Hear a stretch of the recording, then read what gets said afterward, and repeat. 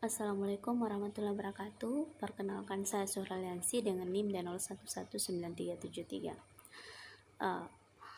Saya akan menjelaskan tentang analisis daya dukung pondasi borpal menggunakan data sondir dan SPETA pada proyek pembangunan reservoir Sungai Loban. Yang pertama, perumusan masalah. Yang pertama itu menghitung kapasitas daya dukung borpal antara lain. Yang pertama dari data sondir dengan metode Oki-de-Alencar dan metode Meyerhoff. Yang kedua dari data SPETA dengan metode Rees and Wright. Yang kedua, menghitung pembebanan gaya vertikal pada bangunan reservoir dengan menggunakan software SAP 2000. Yang ketiga, mengetahui faktor keamanan pada pondasi borpal pada bangunan reservoir. Kemudian tujuan penelitian. Tujuan dalam penelitian skripsi ini adalah mengetahui hasil perhitungan daya dukung pondasi borpal dari hasil sondir standar penetrasi tes menganalisis pembebanan struktur pada pembangunan reservoir kapasitas sebesar 500 kubik dan mengetahui faktor keamanan pada pondasi borpal pada bangunan reservoir kapasitas 500 meter kubik.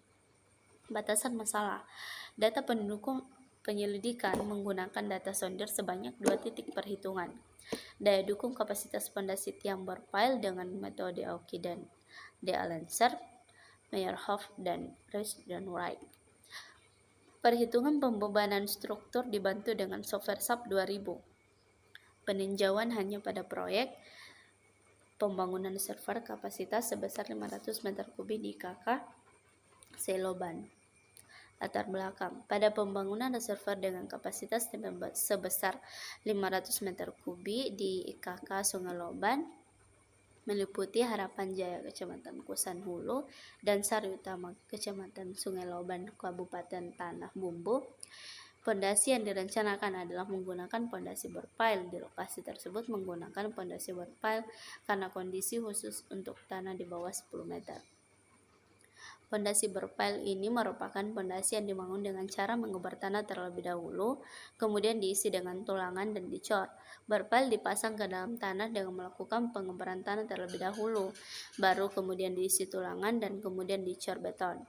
Dan ini biasanya dipakai pada tanah yang stabil dan kaku, sehingga memungkinkan membentuk lubang yang stabil dan alat bor. Metode pelaksanaan pondasi borpal secara umum pada pekerjaan pondasi tiang bor sebagai berikut. Yang pertama, persiapan lokasi pekerjaan atau site preparation, identifikasi lapangan.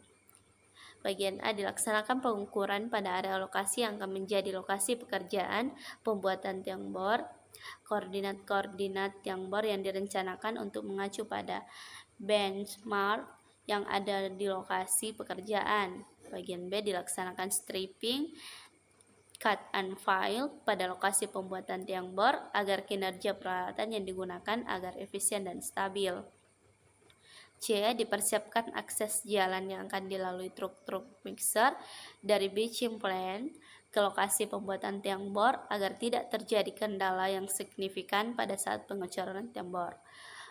D, pelajari layout, pondasi dan titik-titik borpal, membersihkan atau mensterilkan lokasi pekerjaan dari gangguan yang ada seperti bangunan, tanaman, pepohonan, tiang listrik, telepon, kabel, dan lainnya.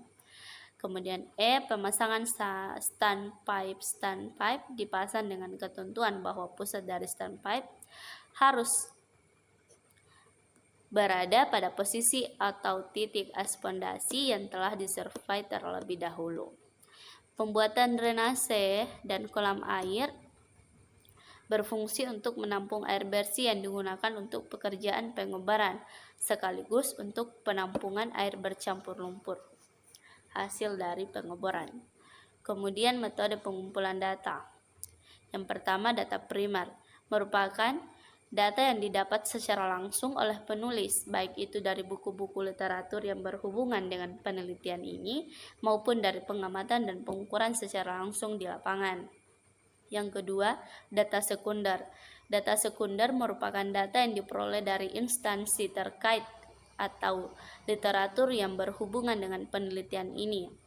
Data yang diperoleh berupa data penyelidikan tanah dan gambar kerja bangunan atas.